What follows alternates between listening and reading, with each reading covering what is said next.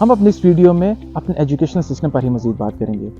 کیا آپ کو اس بات کا علم ہے کہ اساتذہ اور والدین کی طرف سے پوچھا گیا ایک سوال طالب علم کی زندگی بدل سکتا ہے؟ وہ سوال کیا ہے کہ وہ طالب علم سے یا بچے سے پوچھے کہ تم اسکول کیوں جاتے ہو، تم علم حاصل کیوں کرتے ہو؟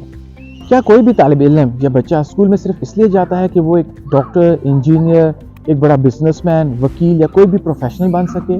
ایسا بالکل بھی نہیں ہے۔ یہ سب چیزیں کسی بھی طالب علم یا بچے کی زندگی میں بہت بعد میں آتی ہیں۔ وہ اسکول میں سب سے پہلے اس لیے جاتا ہے کہ وہ ایک اچھا انسان اور ایک اچھی شخصیت بن سکے، اور ان چیزوں کا احساس ایک طالب علم یا بچے کو اساتذہ یا والدین ہی کروا سکتے ہیں۔ کیا ہم بحیثیت والدین بچے سے یہ پوچھتے ہیں کہ تم نے آج اسکول میں کیا سیکھا؟ اس کا تمہیں تمہاری زندگی میں کیا فائدہ ہے؟ یا اس سے تم معاشرے کو کیا فائدہ پہنچا سکتے ہو؟ یہ سوال بچے کی زندگی بدل سکتے ہیں۔ آپ یقین کریں کہ والدین کی طرف سے کیا گیا یہ سوال بچے کا سوچنے کا نظریہ بدل سکتا ہے، اس کی زندگی بدل سکتا ہے، اس کے تعلیم حاصل کرنے کا نظریہ بدل سکتا ہے۔ کیا آپ کو اس چیز کا علم ہے کہ جب ہم بچے کو مقابلے بازی کی طرف دھکیلتے ہیں یا اس کو یہ کہتے ہیں کہ تمہارے اس سے کم نمبر ہیں، تو اس کے 3 بڑے منفی اثرات بچے کی زندگی میں کیا پڑتے ہیں؟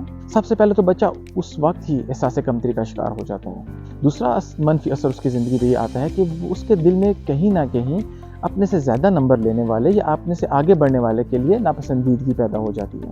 اور تیسرا منفی اثر اس کا یہ پڑتا ہے کہ بچہ ساری زندگی اس سوچ میں چلا جاتا ہے کہ شاید اس سے اچھے نمبر لینے والا اس سے بہتر ہے اور وہ اس سے کم ہے۔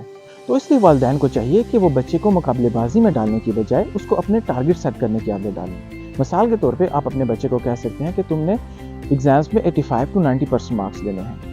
تو اس طرح اگر وہ اپنا ٹارگٹ اچیو نہیں کر سکے گا تو وہ اس پہ سوچے گا کہ کیا وجہ تھی میں اپنا ٹارگٹ اچیو نہیں کر سکا۔ تو یہ جو ٹارگٹ سیٹ کرنے کی عادت ہے یہ بچے کو ساری زندگی مدد کرے گی۔ وہ ساری زندگی اپنے لیے خود ٹارگٹ سیٹ کرے گا بجائے اس کے کہ اپنے آپ کو دوسروں سے کمپیئر کرے، اور اس کے ساتھ ساتھ وہ اپنے سیٹ کیے ہوئے ٹارگٹس کو انالائز بھی کرے گا اور وہ دیکھے گا کہ وہ ان کو اچیو کیوں نہیں کر سکا۔ وہ اپنا سیلف انالیسس کرے گا، اور یقین کرے آپ کی یہ چھوٹی سی ڈالی ہوئی عادت اس کو ساری زندگی مدد کرے گی۔ ہمارے معاشرے میں ایک اور افسوسناک ٹرینڈ یہ ہے کہ ہم بچے کی تعلیم اور تربیت کو صرف اسکول اور ٹیوشن پر چھوڑ دیتے ہیں۔ بچہ صبح اسکول جاتا ہے، شام کو ٹیوشن جاتا ہے، کھیلتا ہے، ٹی وی دیکھتا ہے اور اس کا دن ختم۔ تو ہم بحیثیت پیرنٹس بچے کی تعلیم و تربیت میں کہاں پر آ رہے ہیں؟ بچے کے ذہن میں ایک خاص عمر تک سیکھنے کی بہت زیادہ صلاحیت ہوتی ہے، اور وہ اس کو جہاں بھی سے بھی کچھ سیکھنے کو ملے وہ سیکھتا ہے۔ تو اس لیے والدین اور اساتذہ کو چاہیے کہ اس کو سکھانے والے وہی ہوں بجائے اس کے کہ وہ کہیں اور سی چیزیں سیکھے۔